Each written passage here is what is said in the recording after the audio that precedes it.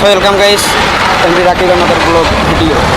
তো চলুন আজকের গন্তব্য শহীদপুর টার্মিনাল থেকে স্বপ্নপুরী।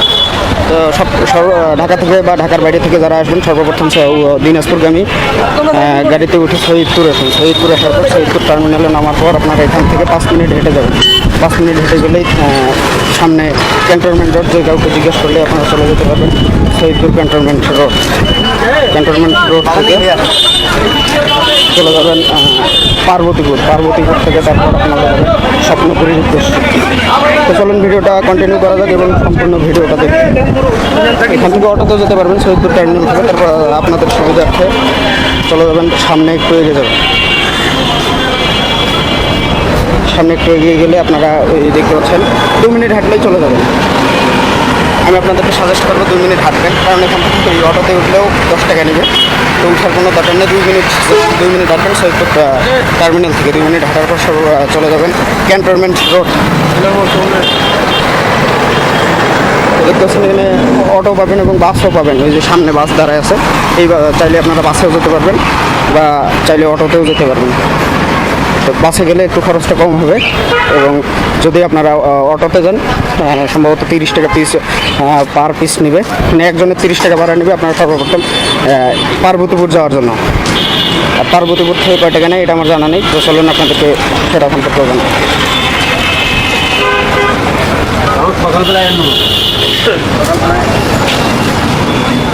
শহীদপুর এসে কিন্তু এরকম পরিবেশ পাবেন, সে একটা পরিবেশ শহীদপুরের ভিতরে, এবং এখানকার মানুষজনের লোকজনের কথাবার্তা অনেক।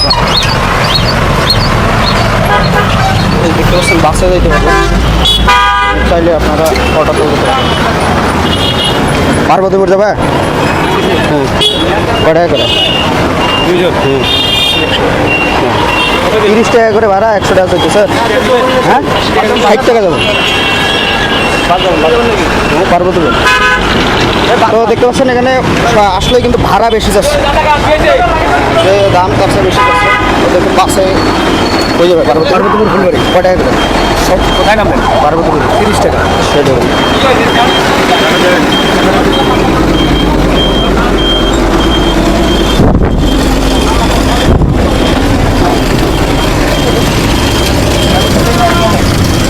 আপনারা বাসে আসলে বাসে 30 টাকা করে পার্বতীপুর, এবং যদি অটোতে যাচ্ছেন তা অটোওয়ালারা এক প্রকার সিন্ডিকেট বলা যায়, যেটা নির্ধারিত ভাড়ার চেয়ে বেশি আছে। আপনারা সর্বপ্রথম বাসে আসবেন, সাজেস্ট করবো বাসে আসবেন। বাসে 30 টাকা পার্বতীপুর থেকে কয় টাকা নেয় সেটা জানাবো। ভিডিওটা কন্টিনিউ করবেন, সম্পূর্ণ ভিডিওটা দেখুন। আসসালামু আলাইকুম। এরকম বাস বাসে করেই আপনারা যাবেন, যেহেতু ভাড়া 30 টাকা করেই, তো ইয়ারাস আছে বেশি, ভ্যান বা অটো ওরা বেশি যাচ্ছে, আপনারা বাসে বাসে আমরা আসলে পার্বতীপুর নেওয়ার পর আবার বাসে উঠে যাবে। আমি আপনাদের সুবিধার্থে বাস থেকে নামছি, আবার ফুলবাড়ি বললেই মনে কিন্তু বাস। এবং একটা মজার বিষয় আছে, এখানে আসলে সর্বপ্রথম দেখবেন রংপুরের হাড়িগঙ্গা, দিনাজপুরের হাড়িগঙ্গা আম দেখতে পাবেন, এবং চাইলে আপনারা নিতেও পারেন ফ্যামিলির জন্য বা খাওয়ার জন্য। একটা বিষয় আছে, এদিকে হাড়িভাঙ্গা বিখ্যাত, কোনো টক পাবেন না, পিওর হাড়িভাঙ্গা। আপনারা আসলে এরকম টিকিট কাউন্টার আবার টিকিট কেটে টিকিট কাটার পর তারপর আবার ফুলবাড়ির উদ্দেশ্যে যাবেন। ফুলবাড়ি থেকে তারপর তো আপনারা আসলে বাস স্ট্যান্ডে নেমে শহীদপুর থেকে পার্বতীপুর বাস স্ট্যান্ডে নেমে আবার এরকম বাসে উঠলে 40 টাকা ভাড়া নেবে ফুলবাড়ি। চলুন বাসে উঠে যান। এখানে 15 মিনিট পর বাস থাকে।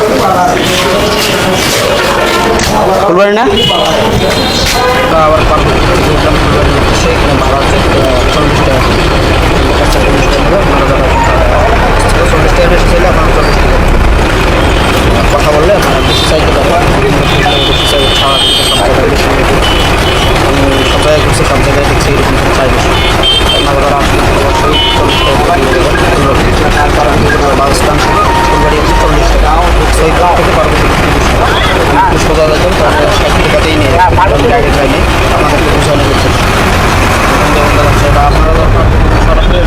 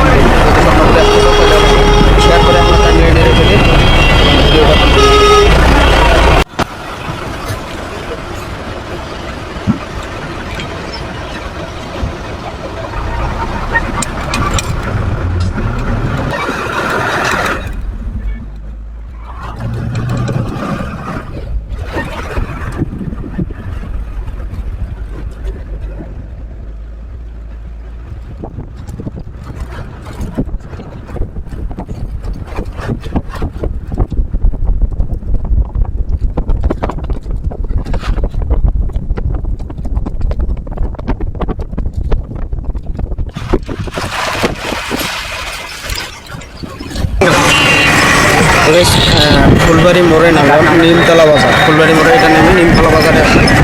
যে কোনো রিক্সা বা অটোতে বলবেন রিক্সা 20 টাকা, দুজন 20 টাকা, একজনও 20 টাকা, প্রতিজন 20 টাকা করে।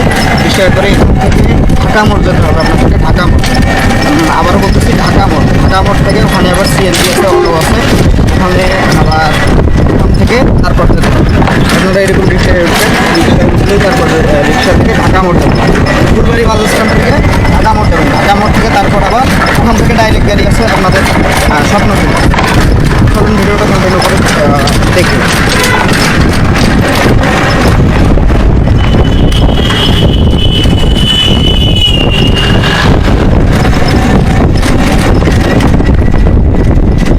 ঢাকা মোড় আসলাম, ঢাকা মোড় থেকে তারপর এখানে আবার আরেকজন বলতেছে আফতাবগঞ্জ যাবে। তো চলুন আফতাবগঞ্জের ভাড়া এখান থেকে কয় টাকা এবং কত করে নেয় এটা সম্পর্কে জানি।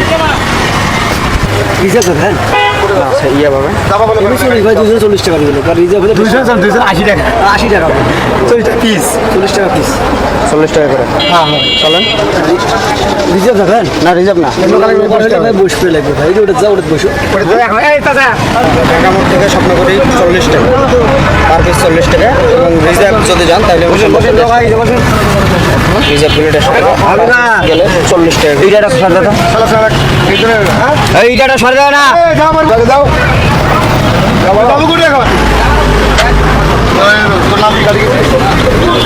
অফ কর, অফ কর। সবাই চলে টপ।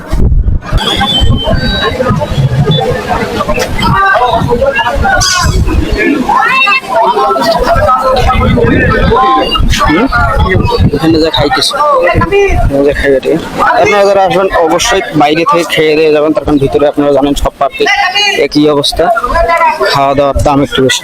তো চেষ্টা করবেন বাইরে থেকে, হোটেল আছে হোটেলে খাবেন।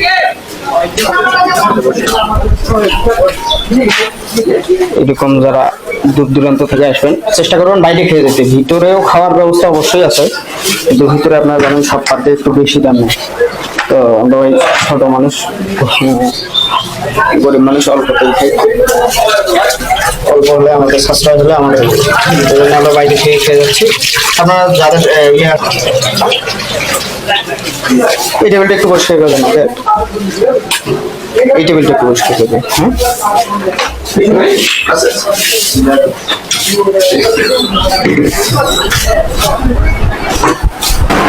আসলে আপনারা এখানে বাইরে থেকে খাবেন।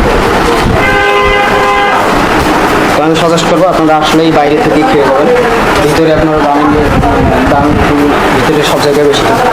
কী কী আছে আঙ্কেল, কী কী আছে? হাঁস আছে, ব্রয়লার আছে, ছোটো মাছ, সবজি, হাঁস কত? হাঁস কত? হাঁস 150, ব্রয়লার 120, ছোটো মাছ 40, সবজি 20 ভর্তা। আর 150। তো আপনারা আসলে এরকম হাঁসের মাংস করে একটা হাত দিলেন না, হাঁসের মাংস পাবেন 150। হাঁসাই খাই, কি খাবি তো? এগুলো কি ব্রয়লার? কত? এটা কত? এটা কত? 120, 80, 120, শুধু 80। হাঁসাই খাই। হাঁস কয় পিস দেন গেল? 4 পিস, 1 পিস, ছোটো বড় 4 পিস, ছোটো বড় মিলে 4 পিস। হাঁস খাবে না? একটা ব্রয়লার দিন, একটা হাঁস দিন। তো দাম আপনারা শুনলেন, হাঁস হচ্ছে 150, আর পাকিস্তানি মুরগি হচ্ছে 120 টাকা, ব্রয়লার মুরগি হচ্ছে 80 টাকা। ভাত কত করে? ভাত 20 টাকা প্লেট। তো আপনারা আসলে অবশ্যই আমি বলবো যে ভিতরে খাওয়ার চেয়ে বাইরে খাওয়ার, ভিতরে খাওয়ার সিস্টেম আছে না? ভিতরে খাওয়ার সিস্টেম আছে, কিন্তু বাইরে থেকে খেলে ভালো হয়। তার কারণ হচ্ছে ওই সব পার্কেই দেখবেন একটা সিন্ডিকেট, ভিতরে বাইরের চেয়ে ভিতরে একটু দাম বেশি। তো আমাদের সাশ্রয় হলে আমাদের ভালো, এই জন্যই আমরা বাইরে থেকে খেয়ে যাচ্ছি। এই যে পাবেন এরকম ভাত, এটাই 1 প্লেট ভাত, এখানে 1 প্লেট।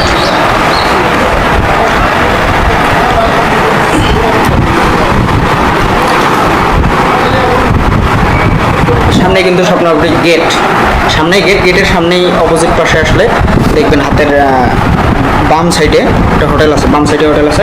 আঙ্কেল হোটেলের নাম কি?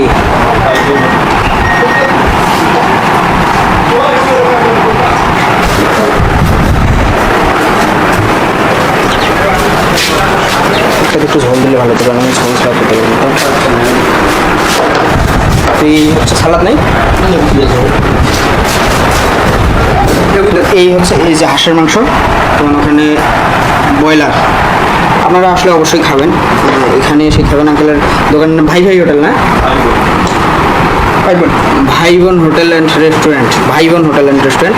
তো আপনারা আসলে অবশ্যই এখানেই আসবেন, এবং চাইলে ওই পাশেও আসে আপনাদের মন ইচ্ছা, কিন্তু আমি সাজেস্ট করবো এখানে আসবেন, যেহেতু আমি এখানে খাচ্ছি। আমি এখানে নির্ধারিত দামটা বলতে পারতেছি, আর অন্য জায়গায় কত নেবে এটা আমি সঠিক বলতে পারতেছি না। ওই জন্য আমি বলবো যে আমার ভিডিও দেখলে অবশ্যই এখানে এসেই খাবেন। কারণ এখানে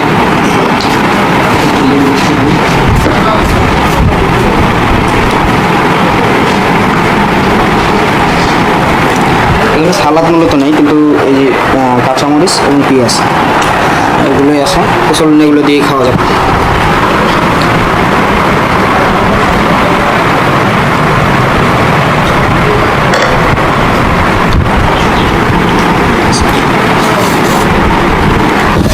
তো আমরা খাওয়া দাওয়া করে বাড়াইলাম, টিকিট কাটতে আসছি। চলুন ফুল লাইভটা দেখা যাবে। ঢুকলেই রাস্তা দিয়ে আসলে সর্বপ্রথম টিকিট কাউন্টার, এখানে প্রবেশ মূল্য জনপ্রতি 100 টাকা। তাহলে দুজন দুটো টিকিট দেন।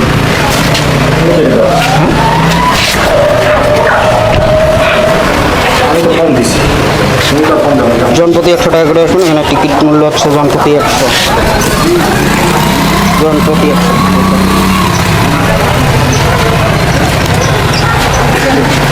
দুইটা এই সেই টিকিট চলুন ঢুকে যাবে।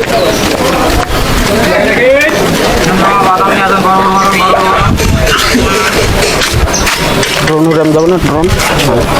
তো আপনারা ড্রোন নিয়ে আসবেন, ড্রোন নিয়েও ঢুকতে পারবেন। ঢুকেই দেখতে পারবেন লেক, এবং এখানে বাইক রাখার জায়গা আছে, গ্যারেজ।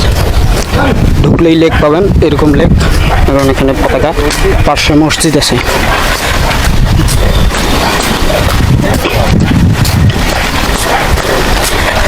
চলুন ভিডিওটা কন্টিনিউ করে ফুল ভিডিওটা দেখি, কাটে যাই ব্যাপার দেখিস।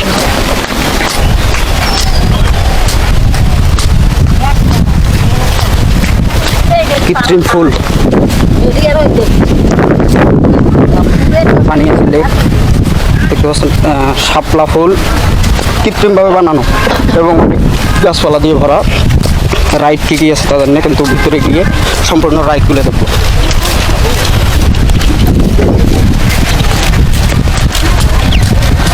তো ভ্যান নিয়েও সম্ভবত ঢুকানো যায়।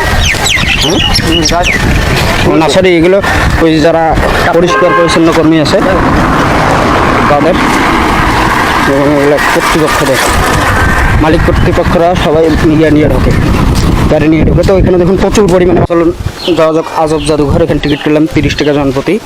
আজব জাদুঘর, 10 ফিট মাটির নিচে আজব জাদুঘর। ভিতরে দেখা যাক কী কী আছে।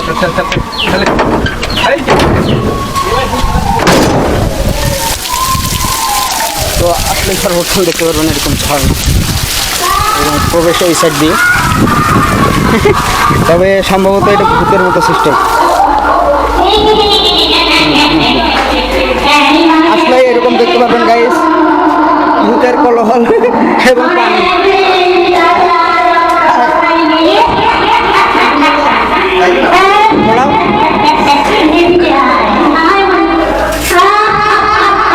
ভিতরে আজব জাদুঘর বলতেছে, কিন্তু এখানে সব মাটির তৈরি, এগুলো নাকি ভূত। গাইস দেখতে পাচ্ছেন, এগুলো ভূত।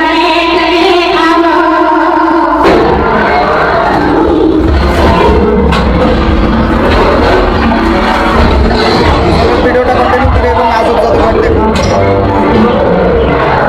ভয়ঙ্কর বটেই, হালকা একটু ভয়ঙ্কর, তেমন একটা না। তবে এটা সাহসী লোক ছাড়া আসবেন না। আমি বারবার বলতেছি, এখানে সাহসী ছাড়া আসবেন না।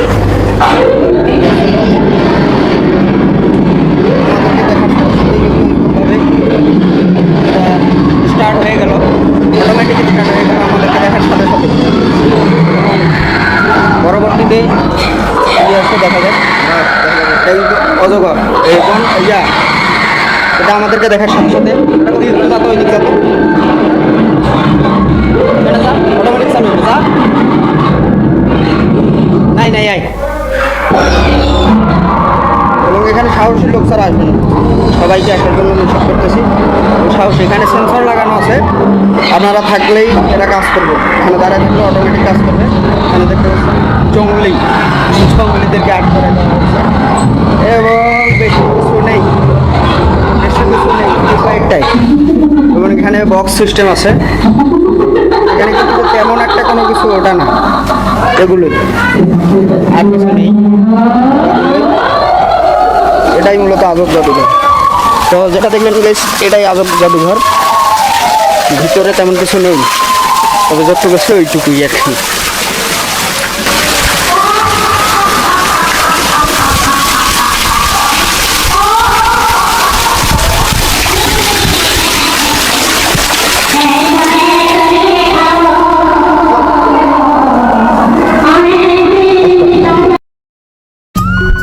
স্বপ্নপুরী পিকনিক স্পট বা বিনোদন কেন্দ্রটি দিনাজপুর জেলার নবাবগঞ্জ উপজেলা আফতাবগঞ্জে প্রায় 400 একর ভূমি গড়ে তোলা হয়েছে। সড়ক পথে দিনাজপুর থেকে স্বপ্নপুরীর দূরত্ব প্রায় 52 কিলোমিটার। সমগ্র বাংলাদেশ থেকে প্রচুর দর্শনার্থী চিত্র বিনোদনের জন্য স্বপ্নপুরীতে বেড়াতে আসেন। এছাড়া এখানে বিভিন্ন চলচ্চিত্র নির্মিত হওয়ায় স্বপ্নপুরী সহজেই মানুষের আগ্রহের কেন্দ্রবিন্দুতে পরিণত হয়েছে। স্বপ্নপুরী পিকনিক স্পটে আসলে একে একে দেখতে পাবেন কৃত্রিম লেক, পাহাড়, উদ্যান, বৈচিত্র্যপূর্ণ গাছগাছালি এবং ফুলের বাগান, বিভিন্ন প্রকৃতির শিশু পার্ক, চিড়িয়াখানা, কৃত্রিম পশু পাখি, ফুল বাগিচা, কৃত্রিম ঝর্ণা, ইটখলা, ঘোড়ার রথ, শালবাগান, ফান, খেলা মঞ্চ, নামাজের জায়গা, কুঞ্জ, বিভিন্ন ভাস্কর্য, মাটির কুটির, ডাকবাংলো, বাজার এবং ভূমিতে নির্মিত বাংলাদেশের মানচিত্র। এছাড়াও প্রকৃতির পরিবেশের মোহনীয় সৌন্দর্য তো আছেই। স্বপ্নপুরীতে রয়েছে পিকনিক কিংবা যে কোনো অনুষ্ঠান করার যাবতীয় আয়োজন। রাত্রি যাপনের জন্য স্বপ্নপুরী পিকনিক স্পটে রয়েছে সন্ধ্যাতারা, নীলপরি, নিশিপদ্মা, রজনীগন্ধা, মেটো ঘর এবং ভিআইপি কুঞ্জ নামের 5টি কটেজ।